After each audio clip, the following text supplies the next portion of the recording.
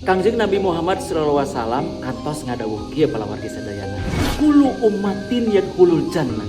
Kabeh umat kami bakal asup surga. Ilaman aba kecuali numbung. Saha cenah numbung tuh?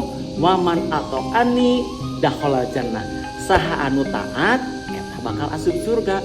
Waman asoni faqad aba. Saha anu teu taat eta moal asup surga. Tah, jadi palawargi saur Kangjeng Nabi Muhammad asup surga teh keur jalmi anu iman mah naon? Kantun taat ka Kangjeng Nabi Muhammad sallallahu alaihi wasallam. Taat kunaon? Naon anu dipiwarang ku Kangjeng Nabi Muhammad sallallahu alaihi wasallam jeung ku Allah Subhanahu wa taala ku urang dilaksanakeun kalayan sampurna. Oge naon anu dilarang ku Kangjeng Nabi Muhammad sallallahu alaihi wasallam sareng Allah Subhanahu wa taala eta tinggalkeun. Tah eta jalmi-jalmi anu dijamin ku Kangjeng Nabi Muhammad sallallahu alaihi wasallam kabeh umat kami bakal asup surga.